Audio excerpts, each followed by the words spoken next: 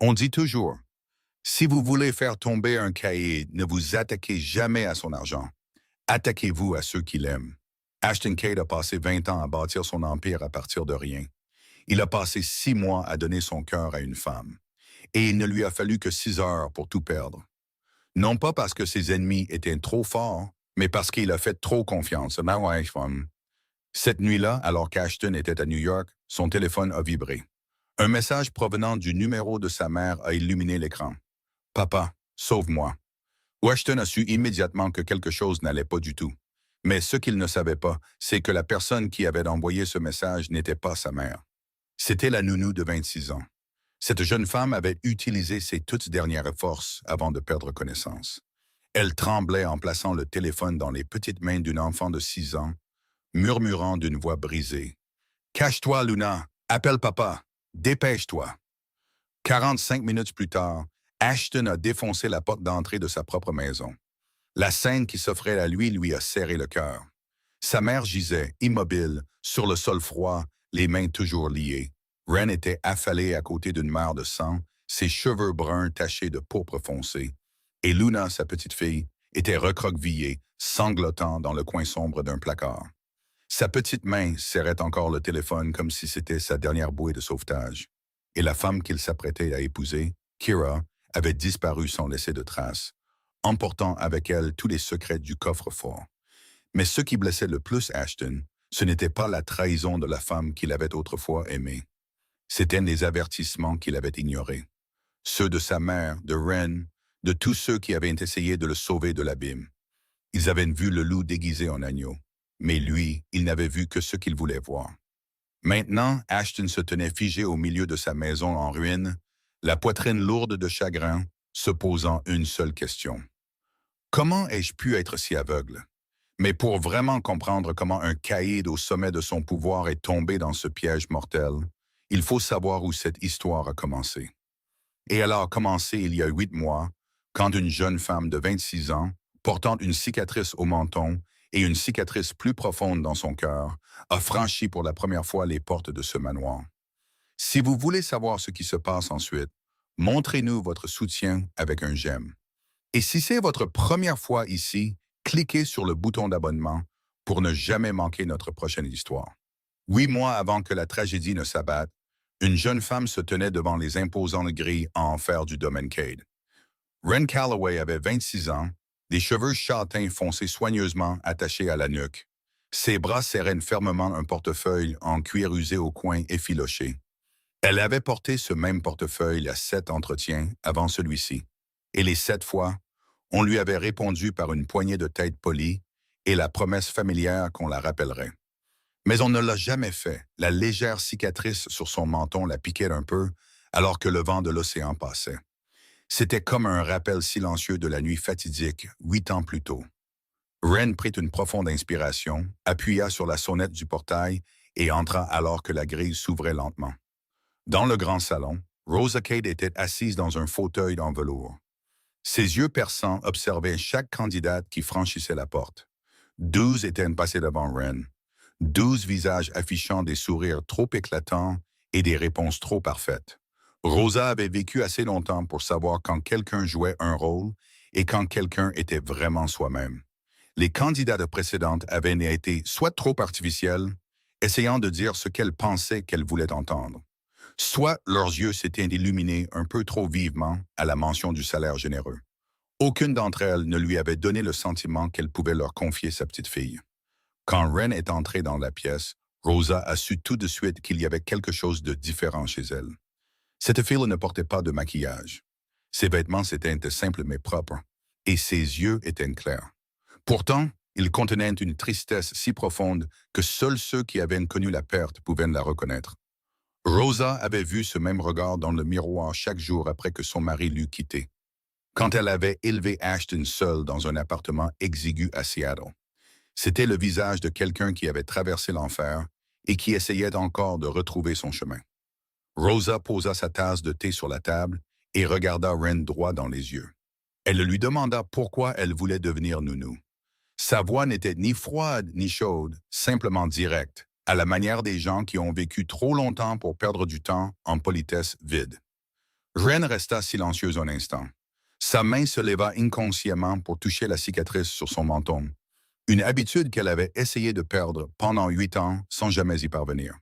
Puis elle parla, sa voix douce mais ferme. Elle dit qu'elle n'avait pas pu sauver sa sœur et qu'elle voulait s'assurer qu'aucun enfant n'aurait jamais à se sentir aussi seul que sa sœur l'avait été. 8 ans plus tôt, la voiture de la famille Calloway avait percuté la glissière de sécurité sur l'autoroute lors d'une nuit de pluie incessante. Les parents de Ren sont morts sur le coup. Sa sœur, Bree, âgée de 14 ans, est restée dans le coma pendant 3 semaines à l'hôpital avant de rendre son dernier souffle dans les bras de Ren. Ren, âgée de 18 ans, avait été la seule à survivre, portant la cicatrice sur son menton et une autre cicatrice bien plus profonde dans son cœur. Rosa ne dit rien pendant un long moment. Elle regarda simplement Ren, regarda dans les yeux de la jeune femme qui ne se dérobait pas. Elle regarda la façon dont elle touchait sa cicatrice, comme si c'était quelque chose d'inséparable de qui elle était. Puis elle demanda quand Ren pouvait commencer à travailler. Ren fut si stupéfaite qu'elle ne put le cacher. Elle demanda à nouveau si Rosa l'embauchait vraiment, sa voix tremblant légèrement d'incrédulité. Rosa sourit, le premier sourire qu'elle avait montré en 12 entretiens. Elle dit qu'elle attendait quelqu'un comme Ren, quelqu'un qui comprenait ce que signifiait protéger, quelqu'un qui comprenait ce que signifiait perdre, et qui, pour cette raison, chérirait ce qu'elle avait. La porte de la pièce voisine s'ouvrit, et une fillette de 6 ans entra timidement. Luna Cade avait de grands yeux gris, exactement comme ceux de son père, des cheveux noirs attachés en 2 couettes, et la réserve silencieuse d'une enfant habituée à voir des adultes aller et venir dans sa vie. La mère biologique de Luna était partie quand elle n'avait que 2 ans, sans un seul au revoir, sans même se retourner une fois. Depuis, elle vivait avec sa grand-mère et son père. Mais son père était toujours occupé par un travail dont elle n'avait jamais le droit de poser des questions. Ren s'agenouilla lentement pour être à la hauteur des yeux de Luna. Elle n'essaya pas d'agir de manière trop enjouée comme le font souvent les autres adultes avec les enfants. Elle lui offrit simplement un petit sourire, un sourire sincère et patient. Luna regarda Ren un long moment, puis son regard se posa sur la cicatrice de son menton. Elle leva la main, ses petits doigts effleurant légèrement la cicatrice, et demanda si ça faisait mal. Ren sentit son cœur se serrer.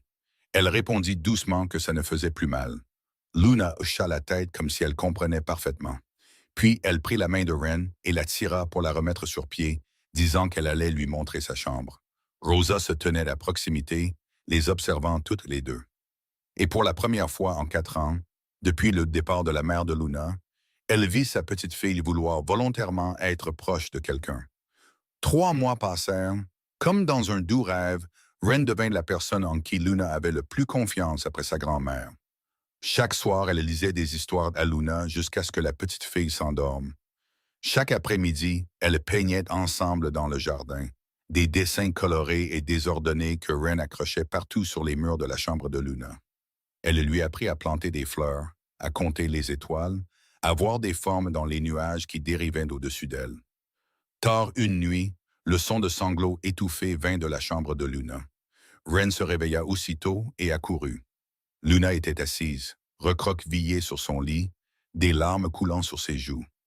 Elle disait qu'elle avait rêvé que sa mère partait et ne revenait jamais, qu'elle avait appelé sa mère, mais que sa mère ne s'était jamais retournée. Ren monta sur le lit, prit Luna dans ses bras et commença à lui parler de Bree. Elle dit qu'elle aussi avait eu une petite sœur et que maintenant, sa sœur était dans le ciel, veillant sur elle chaque jour. Luna leva les yeux vers Ren, ses yeux encore humides de larmes, et demanda si sa sœur se sentait seule là-haut. Ren sentit sa gorge se nouer. Elle embrassa Luna sur le front et murmura que non, sa sœur n'était pas seule, parce que chaque fois qu'elle regardait Luna, elle la voyait. Cette nuit-là, elles s'endormirent dans les bras l'une de l'autre. Luna blottit dans l'étreinte de Ren comme un chaton qui avait enfin trouvé de la chaleur après tant de nuits froides. Ashton Cade rentra à la maison à près de 2 heures du matin. Son travail était de ceux qui n'ont jamais d'horaire fixe et il était habitué à entrer dans une maison sombre alors que le monde entier s'était déjà endormi. Mais cette nuit-là, en passant devant la chambre de Luna, il s'arrêta. La porte était entr'ouverte et la lueur dorée de la veilleuse se déversait dans le couloir. Il regarda à l'intérieur et vit Luna endormie dans les bras de Ren, son visage étrangement paisible. Il avait regardé sa fille dormir des centaines de fois, mais jamais il ne l'avait vue aussi calme. Il n'y avait pas de plis soucieux sur son front, pas de gémissement dans ses rêves, seulement la quiétude pure d'une enfant qui se sentait en sécurité. Ashton resta là un long moment sans dire un mot. Puis il se détourna doucement et retourna dans sa chambre avec une pensée qu'il ne pouvait pas encore nommer. Le lendemain matin, alors que Ren préparait le petit déjeuner pour Luna dans la cuisine, Rosa entra avec une tasse de café à la main.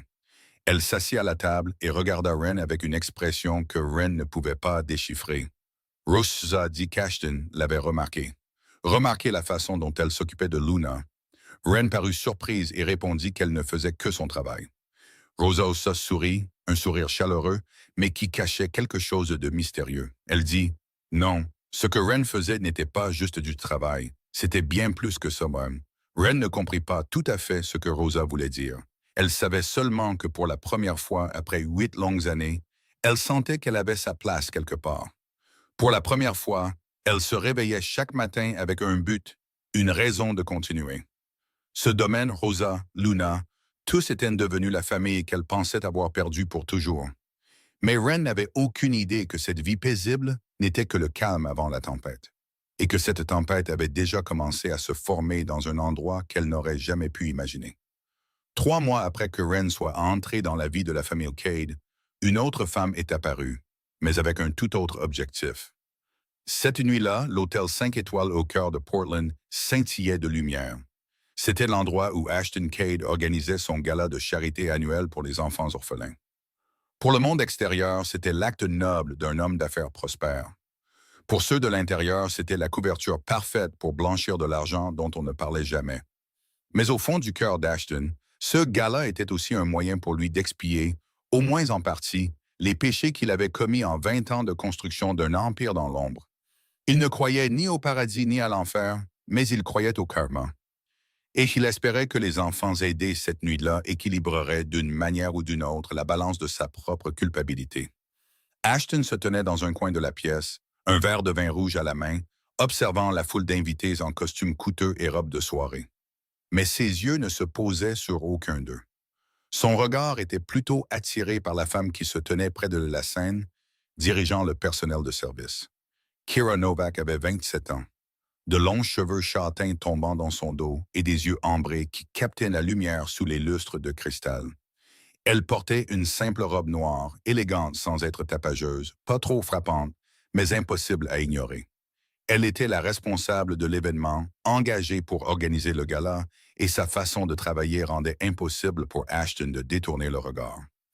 Kira ne regarda pas une seule fois vers Ashton, même si elle savait sûrement qu'il était là. Elle restait concentrée uniquement sur son travail, donnant des instructions au personnel d'une voix calme mais pleine d'autorité, ajustant la position de chaque arrangement floral, vérifiant même les plus petits détails. Il n'y avait pas un seul sourire flatteur pour les invités de marque qui passaient. Pas un seul regard jeté à la recherche d'attention. Elle travaillait comme si elle ne se souciait vraiment pas de qui la regardait. Marcus, le bras droit d'Ashton, s'approcha de son patron et reconnut immédiatement ce regard familier. Il dit à Ashton de ne même pas y penser, son ton à moitié plaisant, à moitié sérieux, mais porteur d'un avertissement clair. Ashton ne répondit pas.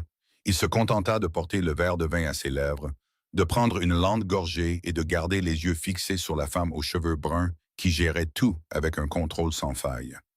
À la fin de la soirée, alors que la foule commençait à se disperser, Ashton s'approcha de Kira. Il la félicita pour la façon dont elle avait organisé l'événement, disant que c'était l'un des galas les plus réussis qu'il ait jamais eus. Kira se tourna et ses yeux ambrés rencontrèrent les siens sans la moindre trace d'hésitation. Elle répondit qu'elle ne faisait que son travail, sa voix polie, mais ne faisant aucun effort pour lui plaire. Ashton sourit. Il dit que la plupart des gens essayaient beaucoup trop de l'impressionner, mais qu'elle semblait ne pas s'en soucier du tout. Kira sourit aussi, un sourire doux avec quelque chose de mystérieux caché en dessous. Elle répondit qu'essayer trop fort se retournait souvent contre soi et qu'elle l'avait appris à ses dépens. Ashton fut séduit par cette honnêteté. Dans son monde, tout le monde voulait quelque chose de lui et était prêt à dire n'importe quoi pour l'obtenir. Mais cette femme semblait différente. Elle n'essayait pas, ne flattait pas, ne paraissait pas impressionnée par sa richesse ou son pouvoir. Et c'est exactement ce qui lui donna envie d'en savoir plus sur elle. 2 semaines après le gala, Ashton invita Kara à dîner 3 fois. Les 3 fois, elle déclina poliment. La première fois, elle dit qu'elle était honorée, mais que le travail était beaucoup trop prenant. La deuxième fois, elle dit qu'elle ne pensait pas que c'était une bonne idée car ils étaient encore dans une relation professionnelle. La troisième fois, elle dit simplement qu'elle n'avait pas l'habitude de dîner avec quelqu'un qu'elle venait à peine de rencontrer. Chaque fois qu'il était refusé, Ashton la désirait davantage. Il était habitué à obtenir tout ce qu'il voulait, et le refus de Kira ressemblait à un défi qu'il ne pouvait pas ignorer. Marcus observait son patron avec des yeux inquiets, mais ne dit rien de plus. Il travaillait pour Ashton depuis assez longtemps pour savoir qu'une fois que son patron avait décidé quelque chose, personne ne pouvait l'arrêter. Puis, un après-midi, tout a changé. Ren emmena Luna au parc comme d'habitude. Cet après-midi-là, il y avait plus de monde que d'habitude. Un groupe d'enfants fêtait un anniversaire près des balançoires, et les rires et les bavardages remplissaient de l'air. Luna courait après un ballon rose qui dérivait dans le vent, ses petites jambes essayant de l'attraper avant qu'il ne s'éloigne davantage. Ren la suivait, mais la foule se déplaça soudainement et un groupe de parents prenant des photos des enfants lui bloqua la vue. À cette fraction de seconde, un vélo arriva à une vitesse inhabituellement rapide, se dirigeant droit sur Luna, qui poursuivait toujours le ballon. Ren cria le nom de Luna, son cœur manquant de sortir de sa poitrine, ses jambes essayant de courir aussi vite qu'elle le pouvait, mais la distance était trop grande. Et puis, comme si elle était apparue de nulle part, une femme se précipita et tira Luna hors de la trajectoire du vélo à quelques centimètres près. Le vélo passa en trombe et le cycliste disparut dans la foule. Sans s'arrêter, sans s'excuser, Luna éclata en sanglots effrayés et s'agrippa fermement à la personne qui l'avait sauvée. Et cette personne était Kira Novak. Ren accourut, le visage pâle de peur. Elle tomba à genoux, enlaça Luna, vérifia si elle était blessée, son cœur battant encore la chamade sous le choc de ce qui venait de se passer. Quand elle leva les yeux vers Kira pour la remercier, une pensée lui traversa l'esprit. Que faisait-elle ici? Ce parc était à près d'une demi-heure en voiture de l'endroit où travaillait Kira. Une coïncidence un peu trop grande. Mais Ren ne dit rien à ce sujet. Elle remercia seulement Kira et ramena Luna à la maison, essayant de la calmer tout le long du chemin. La nouvelle de l'incident parvint à Ashton le soir même. Marcus rapporta chaque détail et Ashton appela Kira immédiatement. Sa voix était pleine d'inquiétude et de gratitude alors qu'il la remerciait d'avoir sauvé sa fille. Kira répondit qu'elle n'avait rien fait de spécial, que n'importe qui avec une conscience aurait fait la même chose. Sa voix était douce et modeste. Ashton dit qu'au minimum, elle devrait le laisser l'inviter à dîner en guise de remerciement. Kira resta silencieuse un moment, comme si elle pesait l'offre, puis elle accepta enfin. Elle dit que ce n'était qu'un dîner, rien de plus. Le dîner eut lieu dans un restaurant italien tranquille, avec des bougies vacillant sur chaque table et un jazz doux flottant depuis un coin de la pièce. Ashton et Kira s'assirent à la table la plus privée, où personne ne pouvait entendre leur conversation. Le vin fut versé et la conversation s'approfondit lentement. Kira commença à parler de son passé, sa voix tremblante, ses yeux ambrés brillants de larmes. Elle dit que 3 ans plus tôt, elle avait été un témoin protégé pour le FBI dans une affaire contre une grande organisation criminelle. Son témoignage avait envoyé beaucoup de ses dirigeants en prison, mais l'avait aussi transformée en cible. Elle avait été forcée de tout laisser derrière elle, son nom, sa famille, ses amis, et de passer les 3 dernières années à fuir. La voix de Kira se brisa alors qu'elle disait que tout ce qu'elle voulait, c'était une vie normale. Elle demanda si c'était vraiment trop demandé. Ashton regarda la femme assise en face de lui. Il regarda ses yeux remplis de larmes et ce visage fragile. C'était un homme qui vivait dans l'ombre.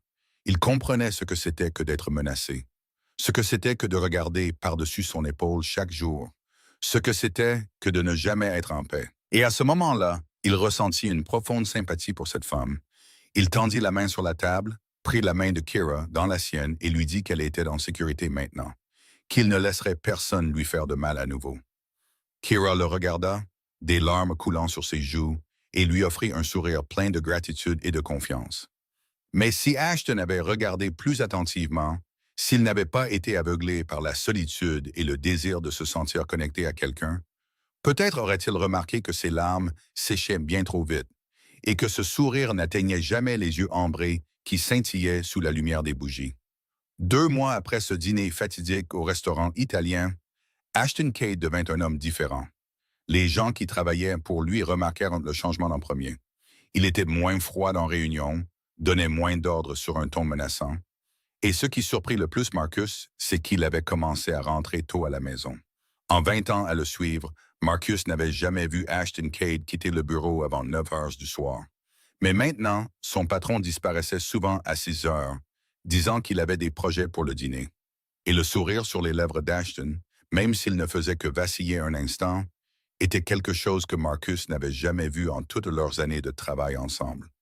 Ashton et Kira sortaient officiellement ensemble, et la nouvelle se répandit rapidement dans le domaine.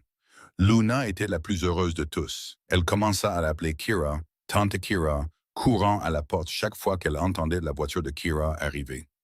Kira apportait de petits cadeaux pour Luna, de nouvelles poupées, des boîtes de peinture coûteuses, des robes de princesse scintillantes. Elle jouait avec Luna pendant des heures, racontait des contes de fées d'une voix pleine de drame, et éclatait de rire chaque fois que la petite fille disait quelque chose d'innocent et de doux.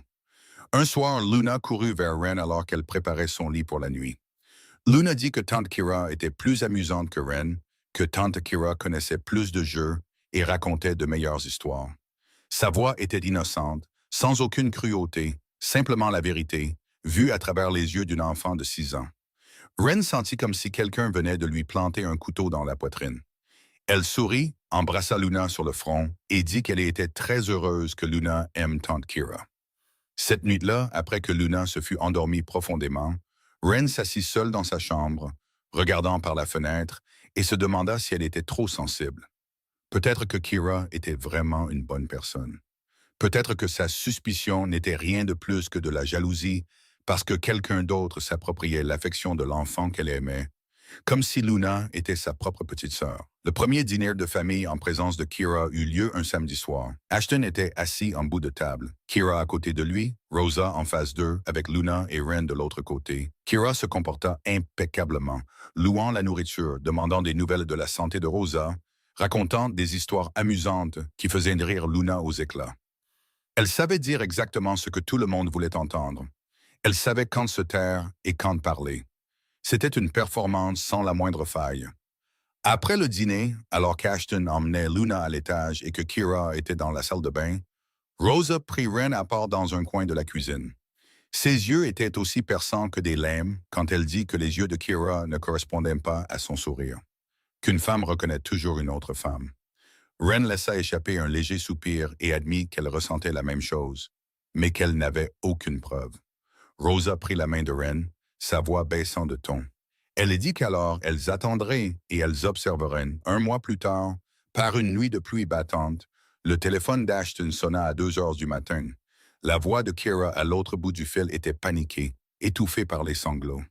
Elle dit que son appartement était en feu, qu'elle avait tout perdu, qu'elle ne savait pas quoi faire. Ashton conduisit sous la pluie battante et atteignit l'immeuble de Kira en 20 minutes. Les lumières rouges des camions de pompiers brûlaient dans la nuit, et l'eau des lances était encore projetée vers l'étage supérieur où se trouvait autrefois l'appartement de Kira. Elle se tenait devant l'immeuble, le visage barbouillé de suie, ses vêtements trempés, tremblant de froid. Ashton courut vers elle et la prit dans ses bras. Kira s'effondra contre sa poitrine, sanglotant qu'elle avait tout perdu. Ses papiers, ses photographies, tout ce qui restait de son ancienne vie avait disparu. Ashton la serra plus fort et murmura qu'elle n'avait pas tout perdu. Elle l'avait encore, lui. Cette nuit-là même, Ashton ramena Kira au domaine. Elle essaya de refuser, disant qu'elle ne pouvait pas s'imposer à sa famille, que sa mère ne serait sûrement pas contente. Ashton la rassura en disant que sa mère comprendrait, que ce n'était que temporaire jusqu'à ce qu'elle trouve un nouvel endroit où rester. Kira fit semblant d'hésiter un peu plus longtemps, puis hocha finalement la tête. Ses yeux encore humides de larmes, elle murmura et demanda s'il était sûr. Ashton répondit qu'il n'avait jamais été plus certain de quoi que ce soit. Kira s'installa au domaine avec quelques tenues qu'elle disait avoir sauvées de l'incendie, toutes portant l'odeur de la fumée et roussie au coin. On lui donna la plus belle chambre d'amis au deuxième étage, juste à côté de la chambre principale d'Ashton. Et puis les changements commencèrent. D'abord vinrent les petites suggestions. Kira proposa doucement de déplacer le canapé dans le salon-car. À son avis, la lumière naturelle serait meilleure si les meubles étaient réarrangés. Ashton accepta. Puis vint le menu du dîner. Kira dit qu'elle était allergique à certaines des épices que le chef utilisait souvent, et Ashton accepta de le changer. Après cela vint la sécurité. Kira se montra anxieuse à propos de la protection, disant qu'elle était toujours hantée par son passé de traqué et suggéra qu'Ashton envisage de remplacer l'équipe de sécurité par des gens en qui elle pouvait avoir confiance. Ashton, voulant qu'elle se sente en sécurité, accepta de nouveau. Rosa observa tout cela en silence, ses yeux s'assombrissant de jour en jour. Tard une nuit, vers 2 heures du matin, Wren se réveilla, assoiffée. Elle quitta sa chambre et descendit le couloir sombre vers la cuisine. Et puis elle vit une silhouette se déplaçant au fond du couloir, se dirigeant vers le bureau d'Ashton. Wren s'arrêta, son cœur battant plus vite. La silhouette était Kira.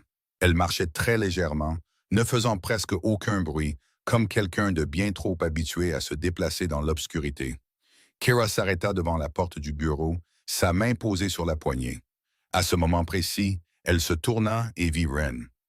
Pendant un instant, quelque chose de froid brilla dans les yeux ambrés de Kira, mais cela disparut immédiatement, remplacé par le même sourire doux et familier. Elle demanda à Wren si elle non plus n'arrivait pas à dormir, sa voix douce comme si rien n'était inhabituel. Wren répondit qu'elle était seulement descendue pour de l'eau. Sa voix resta calme, mais à l'intérieur de son esprit, un millier de questions tourbillonnaient. Elles se regardèrent dans l'obscurité, et Wren sut une chose avec certitude. Kira cachait quelque chose. Le lendemain matin, Wren et Kira se trouvèrent seuls dans la cuisine. Luna était à l'école, Rosa était partie à un rendez-vous chez le médecin, et Ashton était parti tôt pour le bureau. L'air était lourd, comme le ciel avant qu'un orage n'éclate. Kira fut la première à parler. Elle dit qu'elle avait remarqué que Wren l'observait, sa voix toujours douce, mais avec quelque chose de tranchant caché en dessous. Wren ne broncha pas.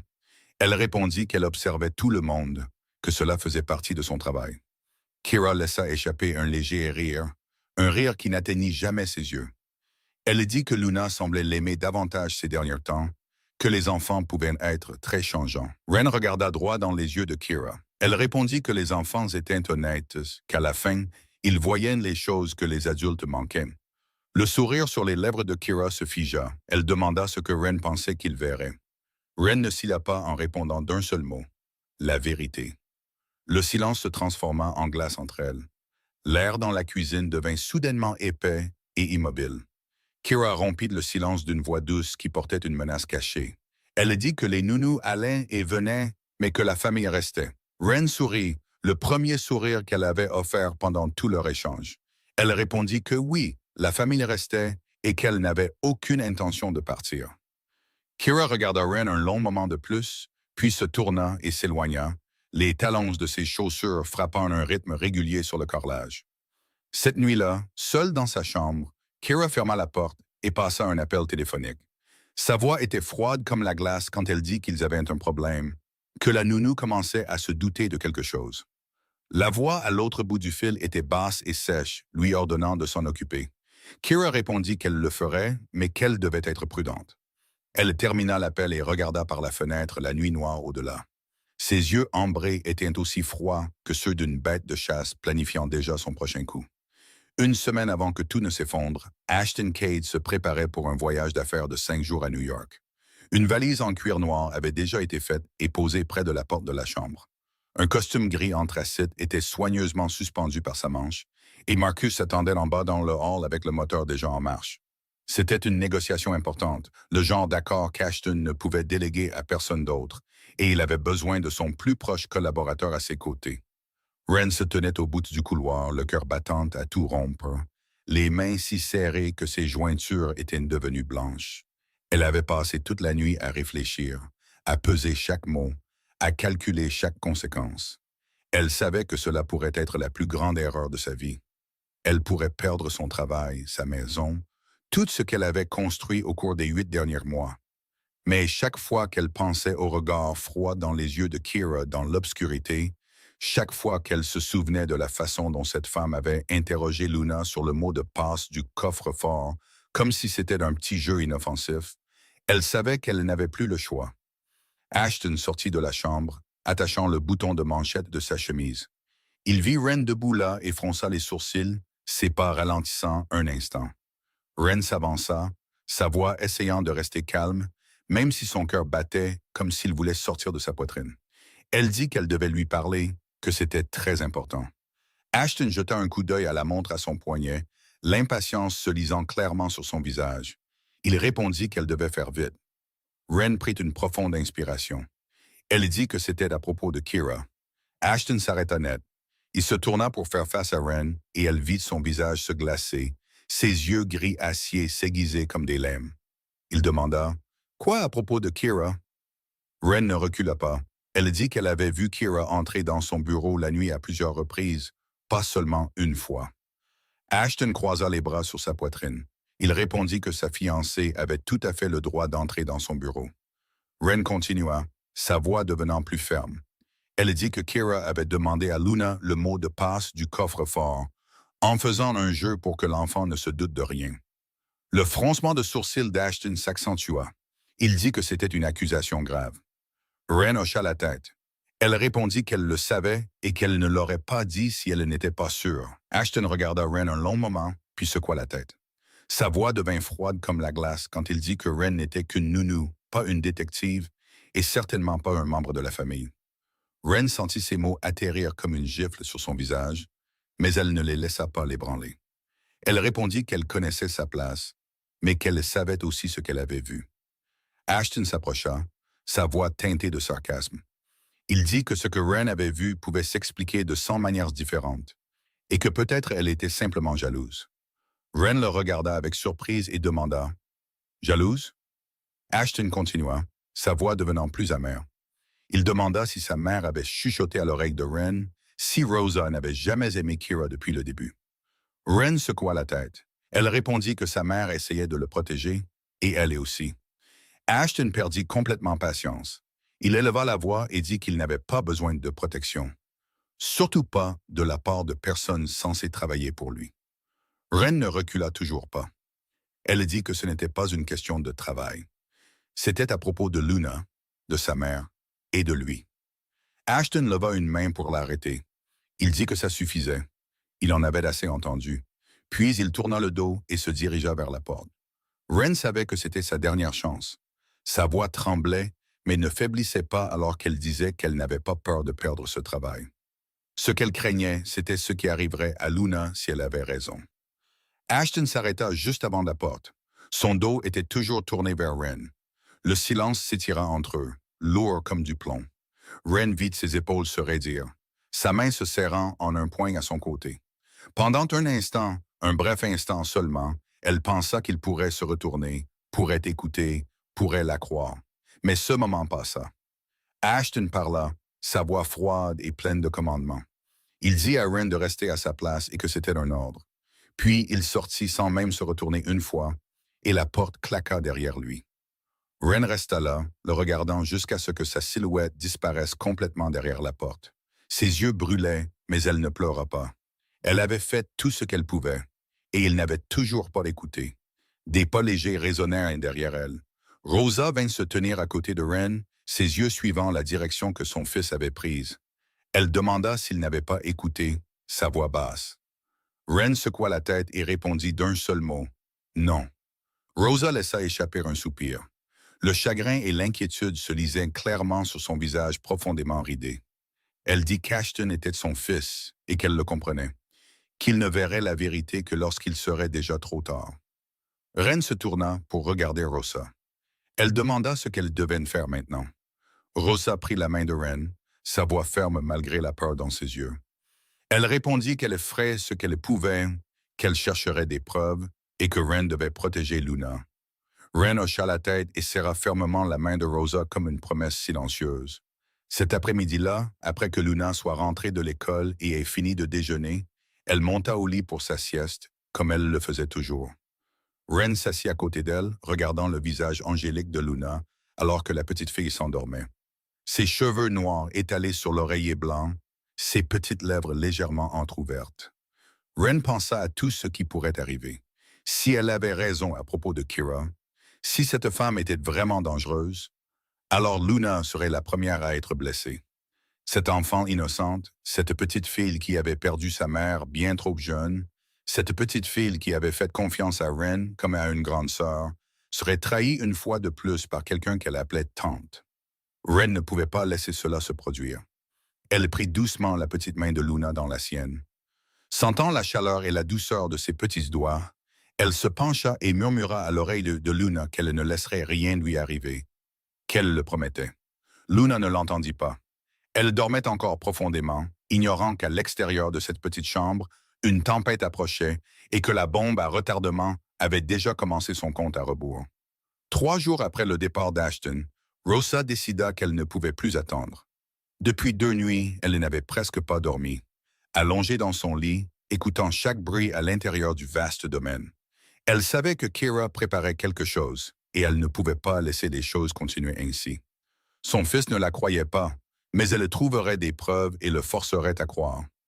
Le matin du 3e jour, Kira annonça qu'elle devait sortir pour acheter quelques affaires personnelles. Elle portait une robe à fleurs douces. Son maquillage était frais et lumineux, et elle quitta le domaine avec un sourire radieux comme si rien au monde ne la troublait. Rosa se tenait près de la fenêtre, regardant la voiture de Kira disparaître derrière la ligne d'arbres, puis se tourna vers Ren. Elle dit que c'était leur seule chance. Ren voulait l'accompagner, mais Rosa secoua la tête. Elle dit que Ren devait rester avec Luna, que c'était la chose la plus importante. Si quelque chose arrivait, Luna avait besoin de quelqu'un à ses côtés. Rosa monta les escaliers jusqu'au 2e étage et se dirigea rapidement vers la chambre où séjournait Kira. Son cœur battait plus vite à chaque pas, ses mains tremblant légèrement alors qu'elle poussait la porte. La chambre était parfaitement rangée, tout était exactement à sa place. Pas une seule particule de poussière sur aucune surface. Cette perfection ne fit que la rendre plus méfiante. Elle commença à chercher, en faisant attention de ne pas trop déranger. Les tiroirs de l'armoire ne contenaient rien d'inhabituel. Le tiroir de la coiffeuse ne contenait que des cosmétiques et des bijoux. Elle commençait presque à perdre espoir quand sa main frôla le panneau arrière du dernier tiroir et sentit quelque chose de différent, un compartiment caché. Elle l'ouvrit et ce qu'elle vit fit geler le sang dans ses veines. Un 2e téléphone, le genre de téléphone jetable qu'elle n'avait vu que dans les films policiers. Un petit carnet contenant l'emploi du temps détaillé d'Ashton des 6 derniers mois. Chaque réunion, chaque voyage, chaque personne qu'il avait rencontrée. Un bout de papier avec une séquence de chiffres qu'elle reconnut instantanément car c'était le code du coffre-fort dans le bureau de son fils. Et une liste de comptes bancaires avec des montants si importants qu'ils la laissèrent stupéfaite. Les mains de Rosa tremblaient en tenant ces objets. Ce n'était pas une simple arnaqueuse. C'était une opératrice professionnelle, quelqu'un entraîné pour infiltrer, pour s'emparer, pour détruire de l'intérieur. Elle sortit précipitamment son téléphone et composa le numéro d'Ashton. Il sonna 1 fois, 2 fois, 3 fois, puis tomba sur la messagerie vocale. Elle rappela et personne ne répondit encore. Les mains tremblantes, elle envoya un message à son fils, lui disant de rappeler sa mère.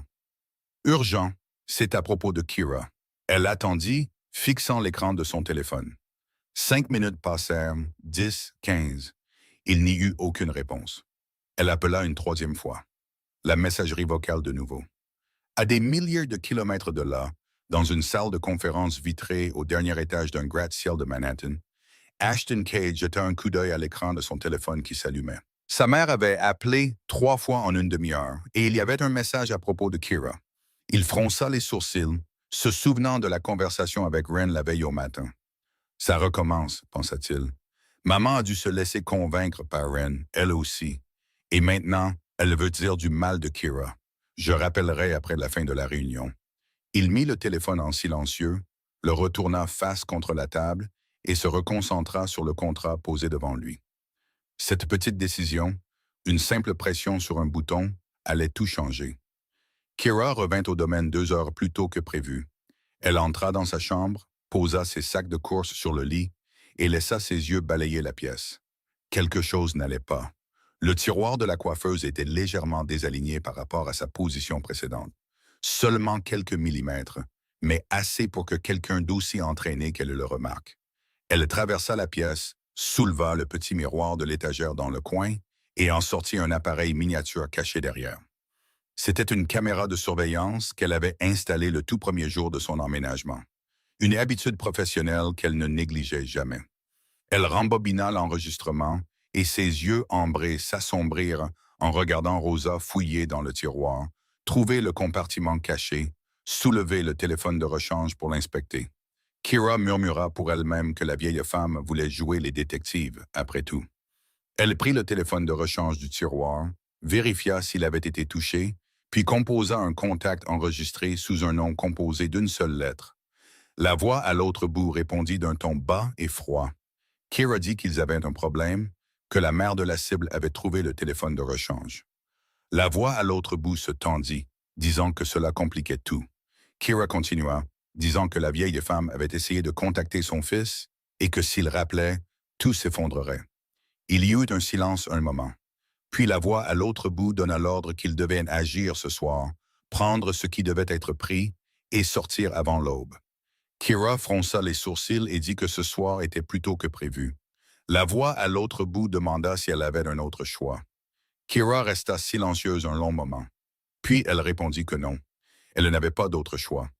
La voix termina l'appel avec un court commandement. « Fais ça proprement. » À 9 heures ce soir-là, le domaine était silencieux. Ren avait mis Luna au lit à 8 heures et la petite fille dormait paisiblement après que Ren lui ait lu un conte de fées. Ren était assise sur la chaise à côté du lit de Luna, faisant défiler son téléphone, complètement inconsciente de ce qui se déroulait au-delà des murs de cette petite chambre. Dans le salon, Rosa était assise sur le canapé, attendant toujours l'appel de son fils qui n'arrivait jamais. Elle avait remis les preuves là où elle les avait trouvées, ne voulant pas que Kira découvre quoi que ce soit. Mais à l'intérieur, elle était pleine d'inquiétude et d'effroi. Le bruit de pas légers flotta dans la pièce et Kira apparut, portant un plateau de thé. Elle sourit doucement et dit qu'elle avait fait du thé à la camomille, que cela aiderait Rosa à mieux dormir. Rosa regarda Kira et pendant un instant, elle vit quelque chose briller dans ses yeux ambrés, quelque chose de froid et de dangereux. Mais elle ne voulait pas paraître méfiante, ne voulait pas alerter l'ennemi. Elle prit de la tasse de thé, remercia Kira et but une petite gorgée. Le thé avait un goût légèrement plus amer que d'habitude, mais elle n'y prêta pas attention. 30 minutes plus tard, Rosa sentit sa tête devenir insupportablement lourde, comme si quelqu'un y avait posé une pierre. Elle essaya de se lever, mais ses jambes ne lui obéissaient plus. La pièce se mit à tourner, la lumière se brouillant en taches floues, comme si elle était vue à travers l'eau. Elle leva les yeux vers Kira, et elle vit enfin le vrai visage de la femme. Le sourire doux avait disparu. À sa place se trouvait le regard glacial d'un prédateur. Rosa essaya de parler, mais un seul mot sortit. « Toi ». Kira se pencha, sa voix douce mais sans pitié, alors qu'elle disait que Rosa aurait dû se mêler de ses affaires. Rosa sentit son corps s'effondrer sur le sol, mais elle ne ressentit plus aucune douleur. Sa conscience commença à s'estomper, à s'assombrir. La dernière chose qu'elle entendit fut Kira murmurant « Dors bien, vieille femme ». Puis tout disparut dans l'obscurité.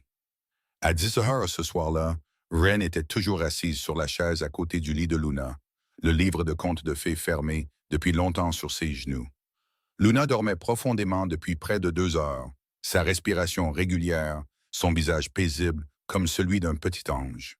Ren la regardait, son corps débordant d'un amour qu'elle ne pouvait expliquer par des mots. Cet enfant était devenu une partie d'elle, comme si Brie était revenue d'une manière ou d'une autre, sous une autre forme. Un bruit étrange venant d'en bas fit lever la tête à Ren.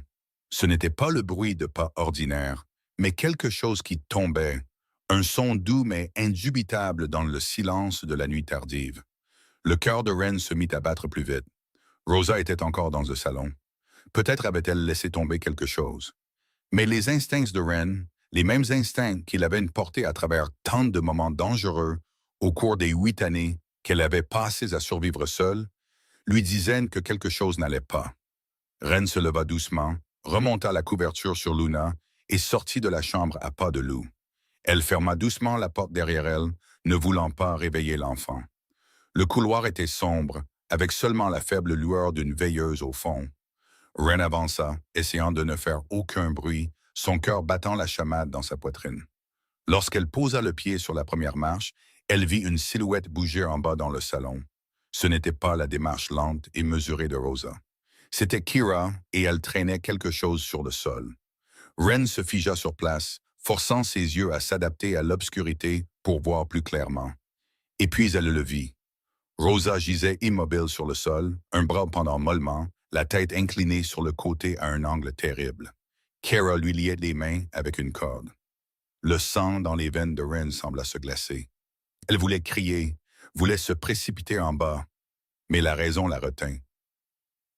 Si elle se révélait maintenant, Kira le saurait, et Luna serait laissée complètement sans protection. Ren recula lentement, un pas prudent à la fois, essayant de ne faire aucun bruit, mais une vieille lame de parquet la trahit. Le craquement déchira le silence de la nuit comme une sonnette d'alarme. Kira leva la tête, ses yeux ambrés brillants dans l'obscurité comme les yeux d'une bête de chasse. Elle vit Ren debout dans les escaliers, et pendant un instant suspendu, les deux femmes se regardèrent sans dire un mot. Puis Ren se tourna et courut. Elle courut d'aussi vite qu'elle le pouvait vers la chambre de Luna, son cœur martelant comme s'il allait éclater, ses pieds trébuchant sur le tapis du couloir.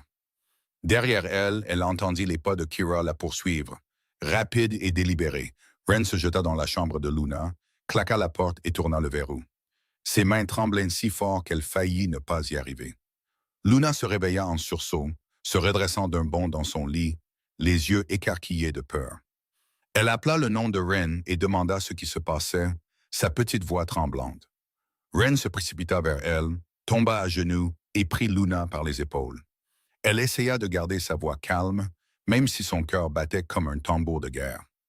Elle dit qu'ils allaient en jouer à un jeu de cache-cache, et que Luna devait l'écouter très attentivement. Luna regarda Ren et des larmes commencèrent à couler sur ses joues. Elle dit qu'elle ne voulait pas jouer, qu'elle avait peur. Ren la prit dans ses bras et l'embrassa sur le front. Elle murmura qu'elle savait. Elle savait qu'elle avait peur, mais elle avait besoin que Luna soit très courageuse. Et pouvait-elle faire ça pour Ren? Luna hocha la tête, bien que les larmes continuaient de couler. Un martèlement violent explosa contre la porte. La voix de Kira venait de l'extérieur, froide comme la glace, appelant le nom de Ren et lui disant d'ouvrir la porte, de ne pas rendre les choses plus difficiles qu'elles ne devaient l'être. Ren regarda autour de la pièce, cherchant désespérément quelque chose qui pourrait les aider. Ses yeux se posèrent sur le téléphone de Rosa sur la table de chevet. Rosa l'avait laissé là plus tôt dans la soirée en venant souhaiter bonne nuit à Luna. Et Ren ne l'avait pas remarqué jusqu'à présent. Elle s'en empara, son cœur battant à tout rompre quand elle vit que l'écran était encore allumé. Elle ouvrit les messages et trouva le numéro d'Ashton. Ses mains tremblaient si fort qu'elle se trompa plus d'une fois en tapant. Elle devait envoyer quelque chose qui lui ferait comprendre immédiatement que c'était une urgence, que ce n'était pas sa mère qui appelait. Elle tapa 3 mots. « Papa, sauve-moi ». Elle savait qu'Ashton le reconnaîtrait instantanément. Luna l'appelait papa. Et si un tel message venait du téléphone de Rosa, il saurait tout de suite que quelque chose n'allait pas du tout. Le martèlement sur la porte devint de plus en plus fort. Les gonds commençaient à trembler. Ren tira Luna vers la grande armoire dans le coin de la pièce. Elle ouvrit la porte et poussa doucement Luna à l'intérieur. Elle glissa le téléphone dans la main de l'enfant et lui dit de rester là et de ne faire aucun bruit. Si quelqu'un venait qui n'était ni Ren ni son père, elle devait rester cachée. Luna serra fermement le téléphone et éclata en sanglots. Elle demanda « Et Ren ?» Ren sourit, bien que ce sourire lui fît plus mal que tout ce qu'elle avait jamais enduré. Elle dit qu'elle serait juste à l'extérieur pour protéger Luna. Elle lui dit d'appuyer sur le bouton vert du téléphone, d'appeler son papa et de lui dire de rentrer tout de suite. Luna hocha la tête, des larmes trempant son petit visage. Ren embrassa Luna sur le front une dernière fois. Elle murmura qu'elle l'aimait et lui dit d'être courageuse. Puis elle ferma la porte de l'armoire, juste au moment où la porte de la chambre était défoncée. Kira entra, suivie d'un grand homme que Ren n'avait jamais vu.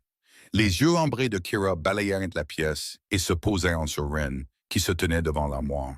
Kira dit que Ren devait s'écarter, que cela n'avait rien à voir avec elle. Ren se redressa et ne bougea pas d'un pouce. Elle répondit que Kira devrait d'abord lui passer sur le corps. Kira laissa échapper un soupir comme si elle avait affaire à une enfant têtue. Elle fit signe à l'homme à côté d'elle. Il se dirigea vers Ren. Elle n'avait aucune formation au combat. Elle n'était qu'une nounou, mais elle avait perdu sa sœur une fois, et elle avait juré qu'elle ne laisserait plus jamais cela se reproduire. Où elle griffa, elle le frappa, elle le mordit, elle fit tout ce qu'elle put pour l'arrêter, mais il était trop fort, trop professionnel. D'une seule poussée violente, la tête de Ren heurta le bord de la table de chevet. La douleur explosa dans son crâne. Le monde tourna, s'assombrissant sur les bords. Elle sentit du sang chaud couler sur son visage, s'infiltrant dans ses cheveux bruns. Ren s'effondra sur le sol, son corps ne lui obéissant plus. Mais avant que la conscience ne s'évanouisse complètement, elle tourna son visage vers l'armoire et murmura ces deux derniers mots. « Cours, appelle papa. » Puis tout plongea dans l'obscurité. À l'intérieur de l'armoire, Luna serrait fermement le téléphone, des larmes coulant sur son visage, mais elle n'osait pas crier. Elle entendit Ren tomber. Elle entendit les pas de Kira et de l'homme étrange s'éloigner vers le bureau de son père. Elle tremblait dans l'obscurité, si effrayée qu'elle pouvait à peine respirer. Mais elle se souvint de ce que Ren avait dit. « Sois courageuse, appelle papa. » Les mains tremblantes, Luna appuya sur le bouton vert de l'écran. Le téléphone sonna une fois, deux fois, trois fois, puis quelqu'un répondit. La voix de son père arriva à l'autre bout, demandant ce qui n'allait pas avec sa grand-mère. Luna éclata en sanglots, sa voix étranglée et tremblante. Elle cria pour son papa et dit que mamie était allongée par terre, que Ren saignait et le supplia de rentrer à la maison. La voix de son père changea instantanément, remplie de panique. Il demanda à Luna où elle était. Luna répondit qu'elle était dans l'armoire, que Ren lui avait dit de s'y cacher. Son père lui dit de rester exactement où elle était, de ne pas sortir, qu'il rentrait à la maison tout de suite. Luna hocha la tête, même si son papa ne pouvait pas la voir. Elle serra le téléphone contre sa poitrine comme si c'était la seule bouée de sauvetage qu'il lui restait. Et dans cette pièce sombre, la petite fille de 6 ans resta recroquevillée, toute seule, attendant que son père rentre à la maison. Tandis qu'à l'extérieur, la femme qu'elle avait autrefois appelée Tante prenait tout ce que sa famille possédait. À 11 heures ce soir-là à New York, Ashton Cade sortit de la salle de conférence, se sentant vidé après 12 heures de négociations brutales. L'accord était conclu, les chiffres avaient été signés, les poignées de main échangées. Il aurait dû se sentir satisfait, mais quelque chose le rongeait toute la journée. Un vague sentiment de terreur qu'il ne pouvait nommer. Il sortit son téléphone de sa poche et le ralluma après l'avoir éteint pendant plus de la moitié de la journée. L'écran s'illumina d'un flot de notifications. 5 appels manqués de sa mère, un message datant de 6 heures plus tôt. « Rappelle-moi. » Urgent, c'est à propos de Kira. Ashton laissa échapper un souffle fatigué. Son cœur se serra avec la lassitude familière de tout cela. Encore ça. Sa mère et Ren n'avaient toujours pas renoncé à essayer de le convaincre que Kira était une mauvaise personne. Il s'apprêtait à rappeler sa mère pour lui dire qu'il était épuisé et que cela pouvait attendre son retour. Mais à ce moment précis, le téléphone vibra dans sa main. Le numéro de sa mère. Il répondit, la voix lourde de fatigue, en s'excusant de ne pas avoir décroché, disant qu'il avait été en réunion toute la journée. Mais ce n'était pas la voix de sa mère qui parvint à ses oreilles. C'étaient des pleurs, une respiration haletante, les sons brisés d'une enfant si terrifiée qu'elle pouvait à peine former une phrase complète. Puis la voix de Luna arriva, tremblante et étranglée par les sanglots. « Papa, papa. » Ashton sentit comme si quelque chose s'était enroulé autour de son cœur et l'avait serré. Il appela le nom de Luna et demanda ce qui s'était passé. Où était mamie? Luna éclata en sanglots et dit que mamie était allongée par terre, que Ren saignait et le supplia de rentrer à la maison parce qu'elle avait si peur. Ashton sentit le sang dans ses veines se glacer. Il demanda à Luna où elle était. Luna répondit qu'elle était à l'intérieur de l'armoire, que Ren lui avait dit de s'y cacher. Ashton força sa voix à rester stable, même si son cœur battait comme s'il allait exploser. Il dit à Luna de rester exactement où elle était, de ne pas sortir, de ne faire aucun bruit, que papa rentrait à la maison tout de suite. Il termina l'appel et se tourna vers Marcus, qui se tenait à côté de lui avec un air inquiet. Marcus demanda ce qui s'était passé. Ashton répondit d'une voix froide comme la glace, lui ordonnant de préparer l'avion immédiatement. Marcus jeta un coup d'œil à l'heure et dit qu'il faudrait 5 heures pour aller de là à Portland. Ashton s'en fichait. Il ne dit qu'un mot. Va. Les 5 heures dans l'avion furent les 5 heures les plus longues de la vie d'Ashton Cade. Il était assis, immobile, sur son siège, fixant le vide devant lui. Mais son esprit était ailleurs. Chaque avertissement qu'il avait ignoré lui revenait comme des couteaux s'enfonçant dans sa poitrine. La voix de sa mère. Ses yeux ne correspondaient pas à son sourire. La voix de Ren. Je n'ai pas peur de perdre ce travail. J'ai peur de ce qui arrivera à Luna si j'ai raison. La voix de Marcus. Son histoire a trop de failles, patron. Ashton ferma les yeux, ses mains agrippant les accoudoirs si fort que ses jointures devinrent blanches. Ils avaient tous eu raison. Chacun d'eux avait vu la vérité, et lui. Le plus grand imbécile de tous avait choisi de croire au mensonge simplement parce qu'il semblait plus doux et plus facile à supporter. Marcus était assis en face de lui, essayant de le calmer, disant qu'il ne connaissait pas encore toute l'histoire, que peut-être les choses n'étaient pas aussi graves qu'il le craignait. Ashton ouvrit les yeux et regarda Marcus avec un regard si vide qu'il était presque insupportable. Il dit que sa fille l'avait appelé en sanglotant depuis l'intérieur d'une armoire, que Ren saignait, que sa mère était allongée par terre. Il demanda à Marcus ce qu'il avait besoin de savoir de plus. Marcus se tut et n'osa plus dire un mot. Ashton tourna son visage vers la fenêtre, vers la nuit noire à l'extérieur, et d'une voix qui semblait brisée, il murmura que si quelque chose leur était arrivé, s'il les perdait à cause de sa propre stupidité. Il ne termina pas la phrase. Il n'en avait pas besoin. Marcus comprit. À 4 heures du matin, la voiture s'arrêta en crissant devant les grilles du domaine. Ashton n'attendit pas qu'elle s'arrête complètement. Il poussa la portière et courut vers la maison. Les grilles en fer étaient grandes ouvertes, le système de sécurité complètement hors service. Les gardes que Kira avait suggéré de remplacer avaient disparu sans laisser de traces. Ashton défonça la porte d'entrée et se précipita à l'intérieur. Le salon ressemblait à un champ de bataille. Un vase brisé gisait sur le sol. Le canapé avait été déplacé, et au milieu de tout ce désordre, sa mère gisait immobile. Ses mains étaient liées avec une corde. Du ruban adhésif couvrait sa bouche et ses yeux étaient fermés. Ashton tomba à genoux à côté d'elle, ses mains tremblantes alors qu'il pressait ses doigts contre sa gorge pour vérifier son pouls. Un battement. 2 battements, vivantes. Il laissa échapper un soupir de soulagement, puis se dépêcha de délier ses poignets et d'arracher le ruban de sa bouche.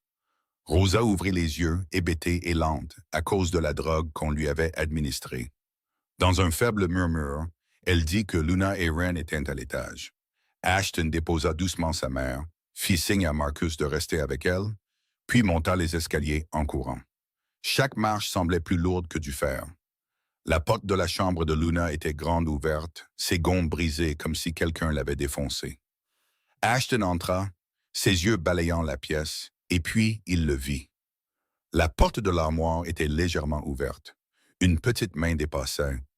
Ashton courut vers elle, ouvrit la porte et Luna se jeta dans ses bras.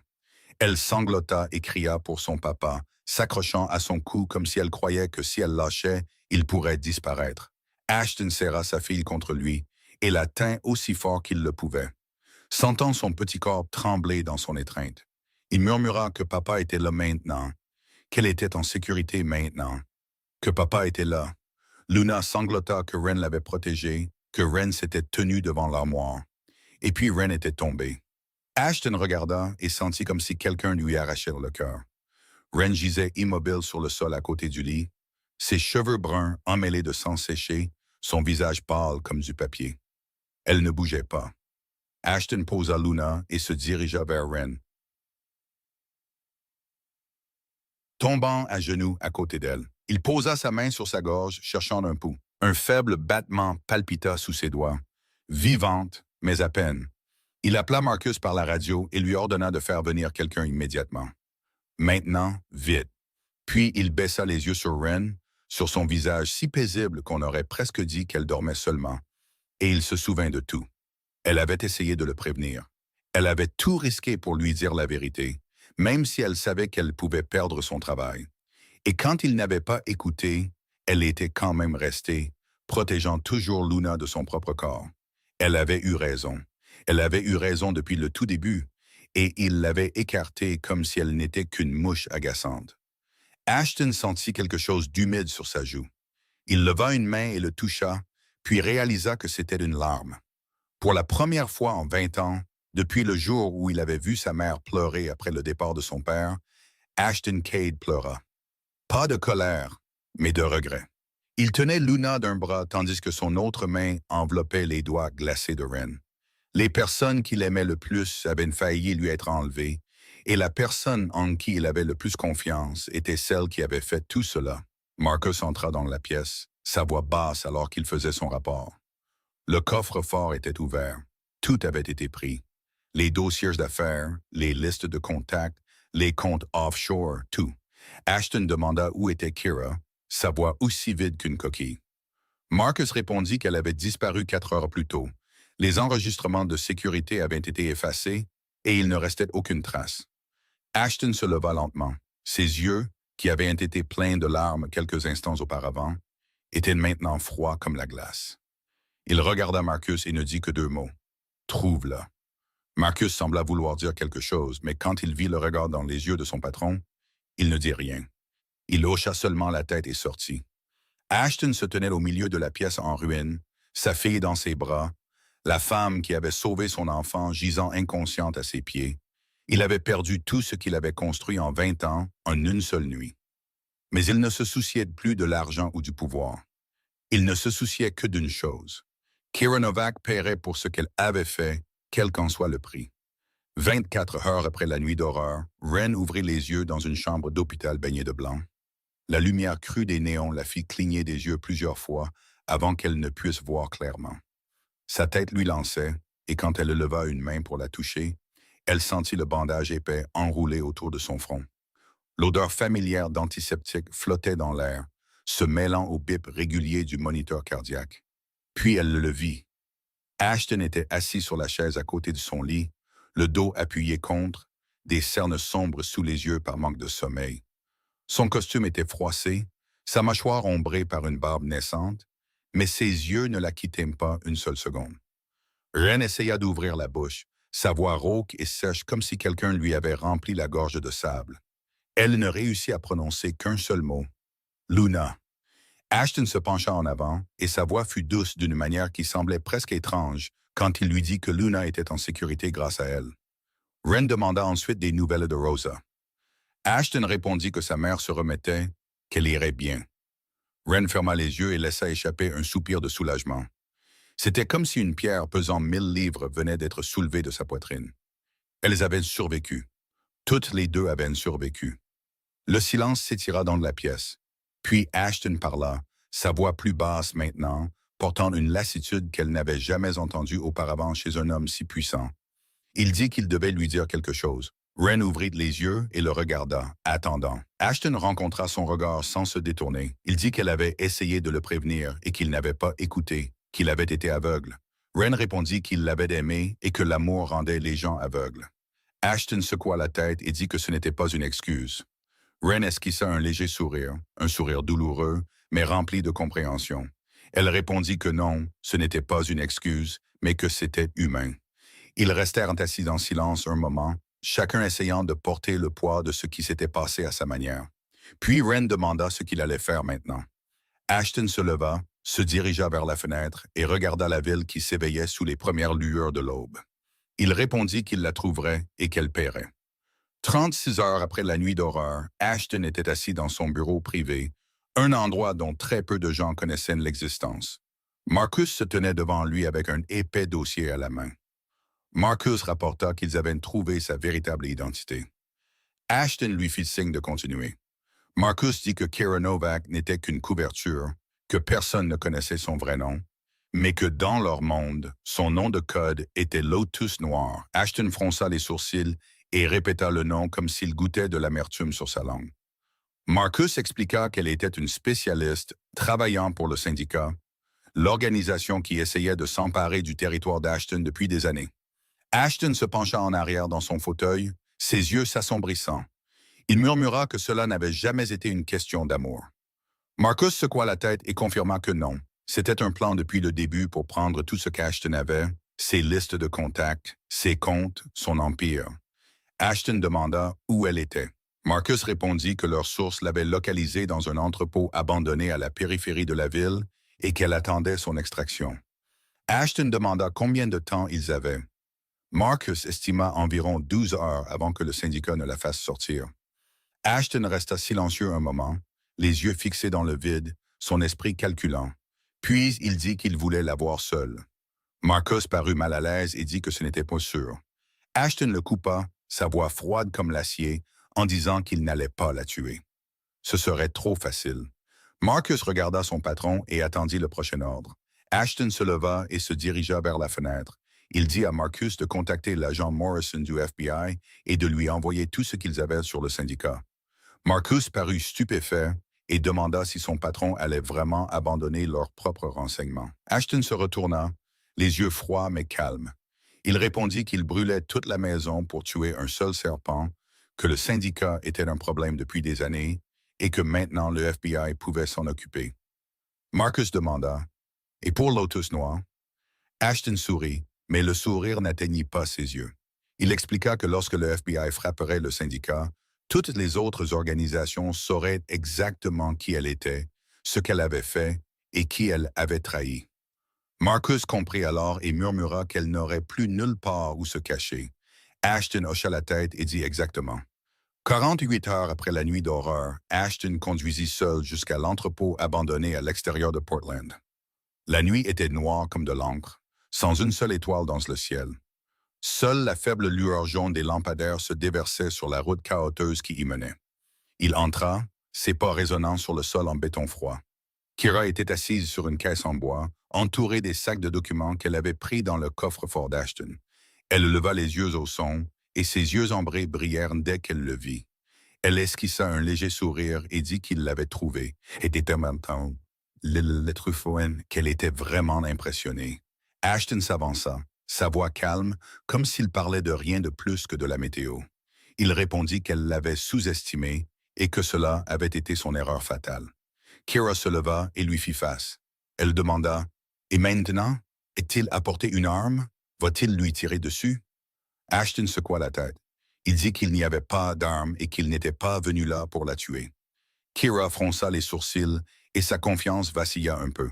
Elle demanda pourquoi il était venu alors. Ashton répondit d'un seul mot. « Regardez. » Kira n'eut même pas le temps de réagir avant qu'Ashton ne continue.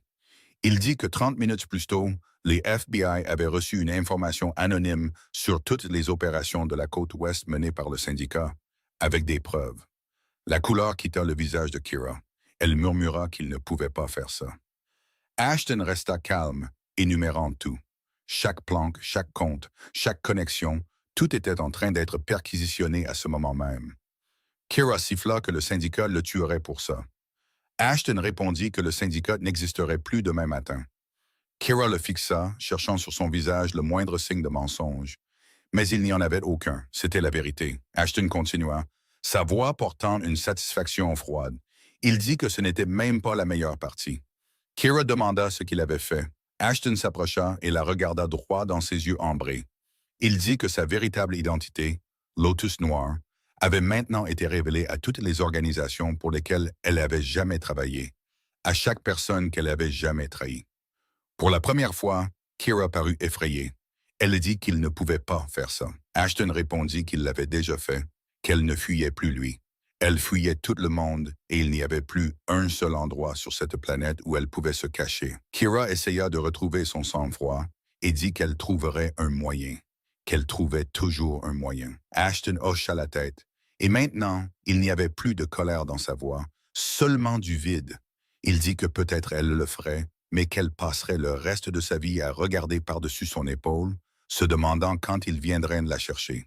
Et c'était pire que la mort, n'est-ce pas? Des sirènes commencèrent à retentir à l'extérieur. Les lumières rouges et bleues des voitures de police et des véhicules du FBI clignotèrent à travers les fenêtres sales de l'entrepôt. Kira regarda dehors et vit le convoi entourant toute la zone. Elle se retourna vers Ashton, la haine brûlant dans ses yeux. Elle dit que ce n'était pas fini. Ashton répondit que pour lui, c'était fini, mais que pour elle, ça ne faisait que commencer. Le FBI se précipita et mit les menottes à Kira. Elle ne résista pas, mais ses yeux ne quittèrent pas Ashton une seule seconde.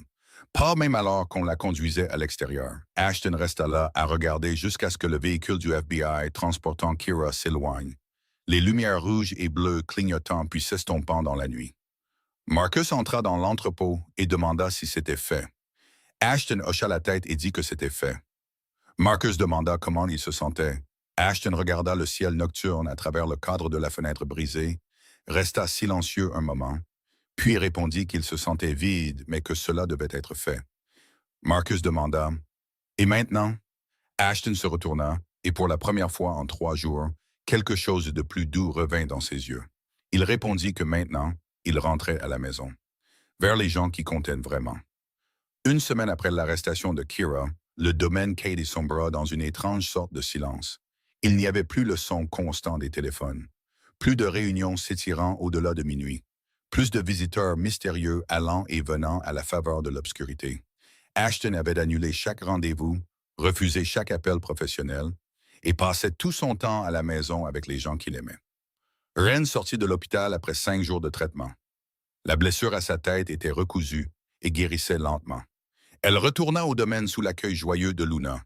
La petite fille courut lui jeter les bras autour du cou à la porte et refusa de la lâcher de tout l'après-midi. Rosa se remettait aussi. Bien qu'elle soit encore faible et ait besoin de plus de repos que d'habitude, le sédatif que Kira lui avait donné n'avait pas laissé de séquelles graves. Mais son âge signifiait qu'elle avait besoin de temps pour retrouver ses forces. Luna s'accrochait à Ashton comme une ombre.